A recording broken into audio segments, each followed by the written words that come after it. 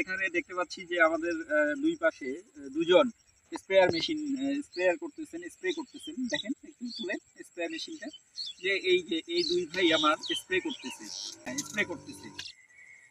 এখন এই স্প্রে অবস্থায় আমরা দেখবো যে এদের তো এমনিতেই পিপি নাই, মানে যে স্প্রে করার সময় যে পার্সোনাল প্রোটেকশন রাখতে হয় ইকুইপমেন্ট, সেটা নাই। তারপরেও আমি সেটা আলাদা বিষয়, কিন্তু আরো বড় বিষয় যেটা হচ্ছে যে এদের জমিতে কোনো ছায়াই নাই। এবং আপনি ধানের গ্রোথ দেখেন, একটু দেখান ধানের গ্রোথগুলো দেখান। দেখেন যে ফুল পর্যায়ে আছে, এই যে ফুল ফুল দেখান, হ্যাঁ ফুল পর্যায়ে আছে। এবং তাদের জমির যে হেলথ অনেক ভালো, অনেক হেলথ ভালো।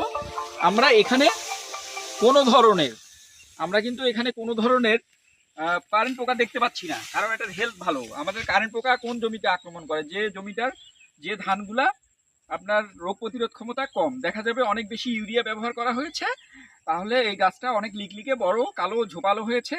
তারপর দেখা যাবে যে এটা অনেক বেশি ঘন করে লাগিয়েছে, যার জন্য আলো বাতাস কিন্তু ঠিকভাবে প্রবেশ করে না, যাতায়াত করে না।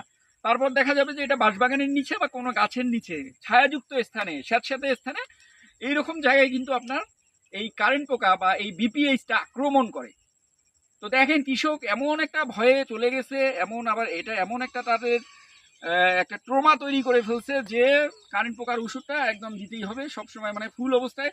তাদের যে ইনফরমেশন, তাদের কাছ থেকে আমি যেটা জানতে পারলাম, তারা বলতেছে যে কারেন্ট পোকাটা যদি এই অবস্থায় ধরে বেশিরভাগ সময়, এবং এই অবস্থায় ধরলে এত সময় দিবে না, এত একদম পুরাই ফেলবে, তাহলে আমরা দিয়ে দিই। তারা কি করতেছে, একদম এখন দেখেন তির্যক ভাবে সূর্যটা পড়ছে 3টা-4টা সময়, এবং তারা কয়টার সময় থেকে আপনি শুরু করছেন স্প্রে দেওয়া?